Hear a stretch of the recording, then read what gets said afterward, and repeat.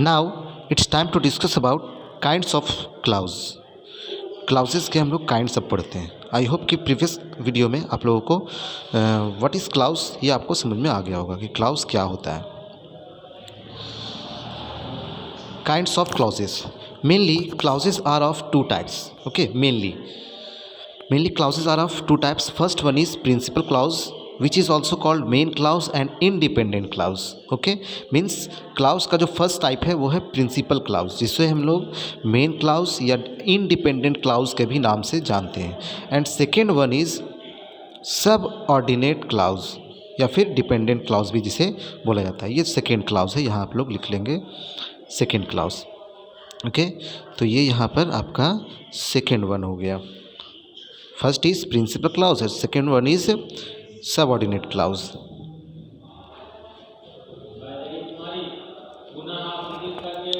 Now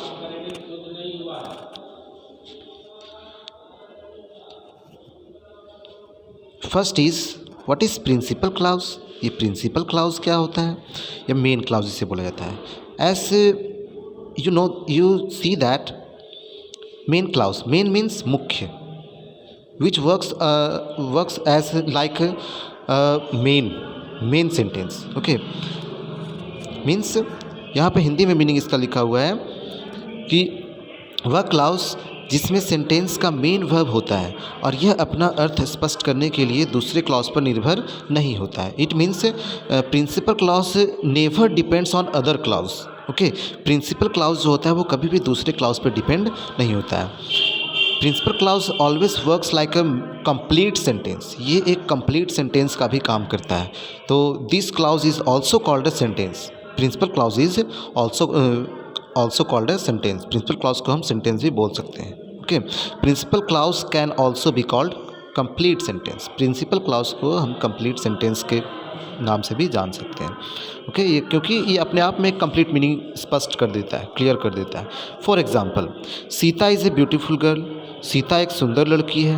who is my friend, जो मेरी दोस्त है। Okay, Sita is a beautiful girl, ये कंप्लीट सेंटेंस है। देखिए, इससे अगर ये हु इज़ माई फ्रेंड अगर वर्ड सेंटेंस नहीं भी होता ना, वो क्लाउज अगर नहीं होता, then Sita is a beautiful girl is only a complete sense, makes a complete sense. Okay, and independent clause which do not depend on other clause, जो दूसरे क्लाउज पे डिपेंड नहीं है।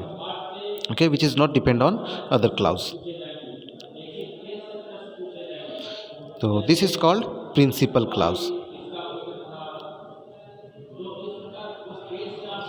Second one is सब ऑर्डिनेट क्लाउज और dependent clause, वह clause जो अपना अर्थ स्पष्ट करने के लिए प्रिंसिपल क्लाउज पर निर्भर है। Means that the clause which depends on principal clause to clear their meaning, अपने मीनिंग को क्लियर करने के लिए वो प्रिंसिपल क्लाउज पर डिपेंड होता है। जो फर्स्ट वाला क्लाउज जो प्रिंसिपल क्लाउज होता है, जो अपने आप में कंप्लीट सेंस निकालता है, तो ये सब ऑर्डिनेट क्लाउज जो होते हैं वो उसी पे डिपेंड होते हैं, प्रिंसिपल क्लाउज पे। Such as example, Sita is a beautiful girl, who is my friend, means जो मेरी दोस्त है। अब यहाँ पर अगर सपोज़ कि मैं इसी क्लाउज को मैं बोलता हूँ हु इज़ माई फ्रेंड, जो मेरी दोस्त है, तो कौन मेरी दोस्त है, यहाँ पर कोई मीनिंग क्लियर नहीं हो रहा है। ओके, तो ये जो है वो इस पर डिपेंड है, Sita is a beautiful girl. Okay, जब तक ये सेंटेंस नहीं, जब तक ये क्लाउज नहीं होंगे, प्रिंसिपल क्लाउज नहीं होगा, तब तक ये जो है वो इसका मीनिंग क्लियर नहीं होता है। So this clause is called subordinate clause. Who is my friend, यहाँ हु इज़ माई फ्रेंड जो है ये इनकम्प्लीट मीनिंग है, ये खुद में इनकम्प्लीट मीनिंग मीन्स की मीनिंग कंप्लीट नहीं करता है। This depends on principal clause, ये जो होता है वो principal clause means Sita is a beautiful girl पे डिपेंड करता है। ओके,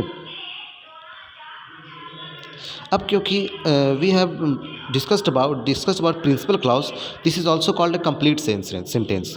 सो हम लोग को इसके बारे में डिटेल नहीं पढ़ना है, because you know that sentence is of four kinds के सेंटेंस होते हैं। Okay, assertive sentence, interrogative sentence, imperative sentence and exclamatory sentence. You already studied about these kinds. Okay, now in this class, in our 10th class, we have to discuss about, we have to learn about subordinate clause, learn the detail about subordinate clause. Okay, इस class में हम लोगों को main सीखना है subordinate clause के बारे में।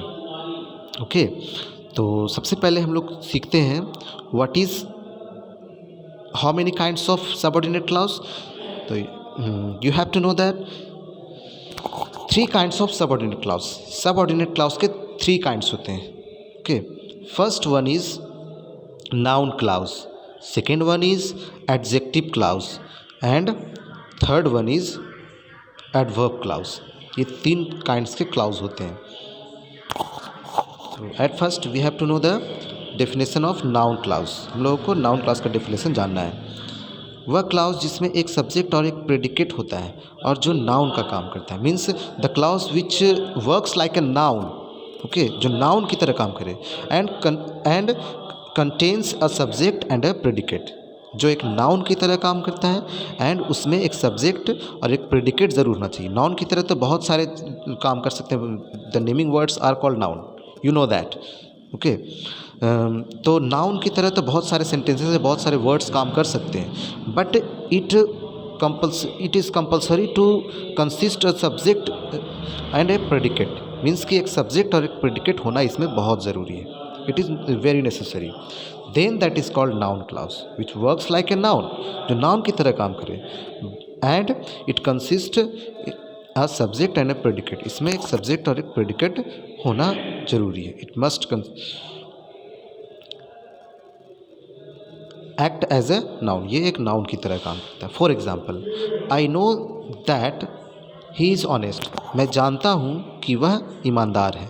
मीन्स आई नो समथिंग, यहाँ पर कुछ जानने की बात हो रही है। समथिंग, कोई चीज़ों के, किस चीज़ का नाम हम यूज़ कर सकते थे। I know he, I know Ram, I know Shyam, इस तरह से मैं बोल सकता था।